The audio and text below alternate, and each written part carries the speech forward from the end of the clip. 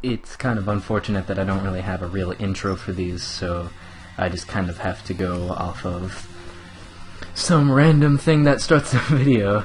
Anyway, what's up guys? I'm back with more MegaMari, and in this part, we are taking on the second stage of Patchouli Knowledge's castle. In this level, you're definitely going to want your broom at full energy, and nothing else really matters. So you can just go ahead. One thing that is kind of unfortunate is that there's no password in between Patchouli Knowledge stages. So every time I want to close and redo these and start back at a stage, I have to go through all of Patchouli's castle again. I'm generally pretty patient when it comes to those kind of things, so I don't really mind too much, but it is still pretty annoying. Going up here, we have your standard FOEs. There's a lot of them in this stage, actually. Just in case you don't have your broom at full energy, they give you some here. And also an extra life, which is pretty convenient. This part is kind of reminiscent of Heatman from Mega Man 2. It's giant spike drop. The only thing is that there's not, like, reappearing, disappearing blocks. That ladder is actually really easy to grab onto. It's just the spikes still make it very unnerving. And here we have everyone's favorite part of Mega Man games, reappearing, disappearing blocks. I know they're my favorite. In this game, they're not that bad, and really, in my opinion, reappearing, disappearing blocks actually aren't that bad, because nothing changes. They're always the same, so as long as you get the pattern down, then it's all good. The only problem is that pattern can sometimes be a little annoying, but whatever. Anyway, Medicine is in this stage as well. She's in a bit more of an inconvenient location, but as long as you're good with your dodging skills, then you should be okay. I'd recommend not going up here. The risks far outweigh the benefits, and wow, that was close. Going up here, these blocks can actually be broken with a Psycho Missile, as so. Ooh, oh, can it? Just go up the ladder. Okay. I'm actually not gonna get that, so that was all in vain, but whatever. Here, this part kind of tricks you. If you notice, there's one part between the spike drop where the FOEs turn away from. FOEs are kind of like green Koopas in that sense. They'll go until they reach a ledge, and in that case, the one that I'm facing right now, it looks like a platform, but it's not. There's nothing there, and you'll fall into the spikes. Pretty dickish on Twilight Frontier's part, but as long as you're careful, then you should be okay. Whoa, good try. Still, this part of the stage is very unnerving. Bunnies,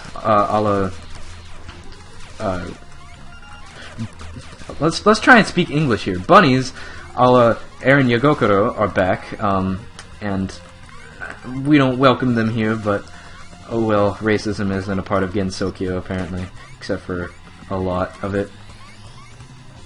There are still bullets coming from that side, wow. The platform that I just used the broom under, that is actually a very difficult platform to jump over, from my past experience. I actually did a previous recording of this. Things turned out very badly. Badly in one sense because I died on that jump twice, and badly in another sense as Camtasia picked up the wrong microphone, one that sounds like it's recording through a fireplace. So I guess that was a good thing, because now my failure isn't broadcasted towards the internet, but you guys already know about it since I already told you, but whatever. That spike drop that I didn't mention was, it is pretty nerve-wracking, but at the same time, it's nowhere near as bad as the one in Eren's stage, but it still does make my hair stand. The jump that I just failed right there, I'm pretty sure it requires the broom, because, I mean, I've tried my best, and I still haven't managed to make through. So, I suppose you're going to need the broom for that. Just having some broom energy is very important in this. Here, we see the boss. Or not. That's right. We still have one more room left till the boss. And I'm going to be right back, because I forgot what the boss's weakness is. 1 second. Alright, we're back in this, and I now know the boss's weakness. So be prepared for something a little funny, I guess. I don't know. I found it pretty funny the first time I saw it. This boss's weakness is the reincarnation ghost for Alice, and if you got the weapon with Marissa, that would be the yin-yang strike. So let's just go ahead and get right into this. First, it doesn't seem like there's anything, but then you see Suika. Yes, she is a boss. Not only that, but there's many Suikas which combine to create Giant Suika. Yes, this actually exists. It is pretty great. Just like, there being a giant Suika in this game is awesome in my opinion.